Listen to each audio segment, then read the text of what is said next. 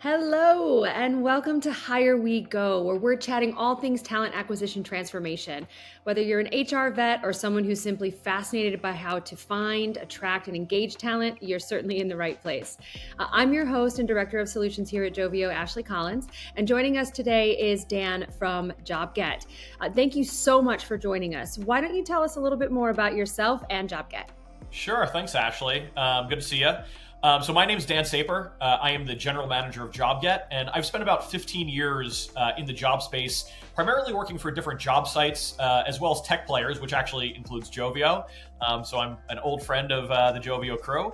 But in general, I've focused on really just making high volume hiring better for job seekers as well as employers across the board. And then, so switching gears to JobGet specifically, we help millions of everyday workers, day in and day out, and that it's kind of an all-encompassing phrase that we include with like fast food and retail, to hospitality, to warehouse workers, but also things like nursing and trucking. So I think about anything that is like either non-white collar or early white collar career where traditional resumes really don't get you as far as you want, and we help them connect with employers quickly and efficiently. And so over the past couple of months, JobGet has grown as a family, right? So we've acquired Snag-a-Job as well as Season and some other companies to really double down on the mission of making that connection happen, right? With JobGet, job seeker downloads our app. If they have a resume, they can upload it. If they don't, cool, we'll help you build a profile, right?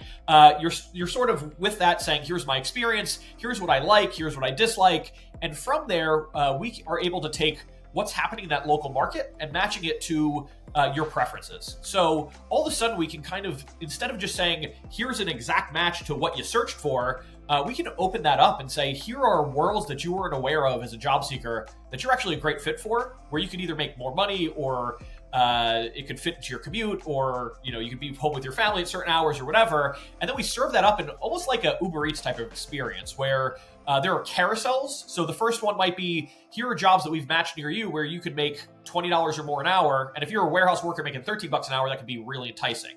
The next one might be, here are retail jobs, here are fast food restaurants, etc. And so you scroll up and down for the different carousels and left and right for the different jobs within that to actually see them. So it kind of leads into skills-based matching technology. And as you interact and kind of help us understand what you do and don't like, it'll refine that to help you just have a better experience. So we think about that as like being built in the TikTok generation where people don't want to search anymore. They want like their data to guide it and get really good matches that way.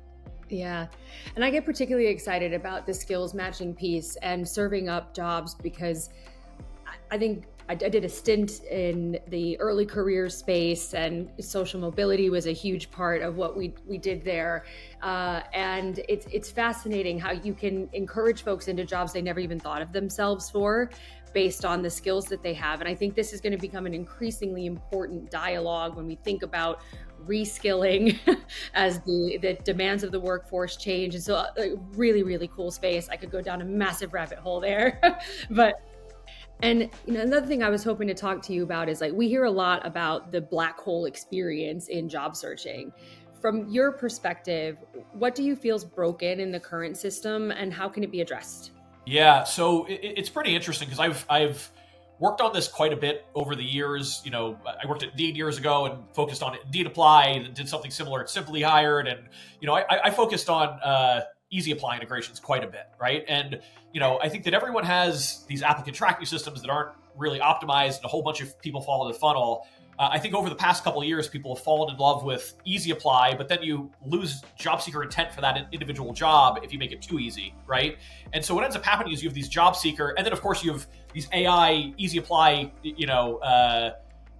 systems that are just applying to 1,000 jobs at a time. So all of a sudden you have these employers that are saying, I don't even know what to do. I have 10,000 people applying to a single job. I can't make them through. You have job seekers that are wildly frustrated saying, when I apply and I put in the work, I don't hear back. So like, why would I put in the work? And so you have this real friction point happening right now. And that's really, frankly, why we acquired Seasoned, right? Is we see a future where, hey, employers and job seekers, forget how easy or hard it is, right? Like, let's capture your intent early on, and then like, let's vet this person in a very lightweight way And then once they're vetted and we know that they're a good fit, so you don't have drop off of the right people, they can actually show up for an interview. Now, obviously, this type of technology doesn't work well for white collar or engineers or that sort of thing. But in high volume hiring, if you need to go fill a role at a Taco Bell, and it's really, can they do certain things? Will they show up? Are they dependable?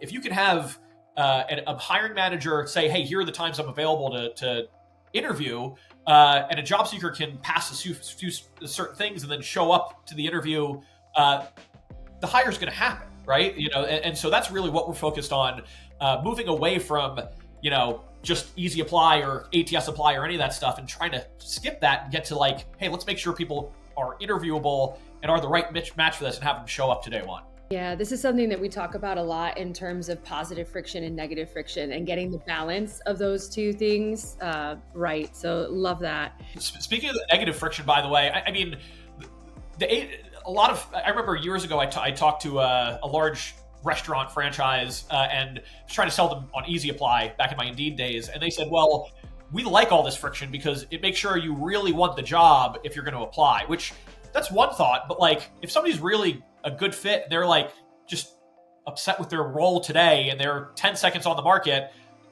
and then you have a hard apply process, they're going to bounce. They're going to say no thanks. They're going to go back to their merry way of what they already have. So there is a big difference between positive friction and negative friction, and I totally agree with that. And the negative friction obviously is not good, but positive friction, you don't want to make it so easy that people aren't even thinking about your role. So that's a great point. Absolutely. And my final question for you today, Dan, if you had a magic wand, what would you change about talent sourcing in 2025? It's funny you say that, because I have a magic wand. It's my handy dandy Joveo magic wand. I carry it with me everywhere, so I can make wishes come true. So if I had a magic wand, which I do, it would really be, it's funny, I was recently, I'm going to channel my inner KJ, and I was watching one of his SIA videos, which I love this from my days at Joveo, and I truly believe this is the mission everyone should have in the job space, which is the 4-3-2-1, right?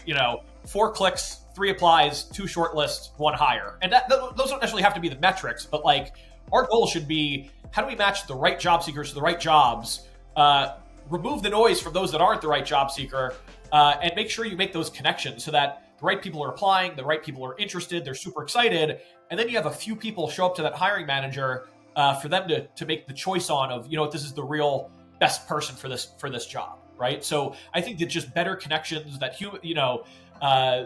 certainly having the right positive friction in the process, so that you can have that human interaction as the last couple steps is really the future, and that's what I'm excited about. Oh, amazing. Thank you so much for your time today, Dan. This was a brilliant conversation. I love reconnecting with you. And thank you all for listening in with us today. Until next time, bye.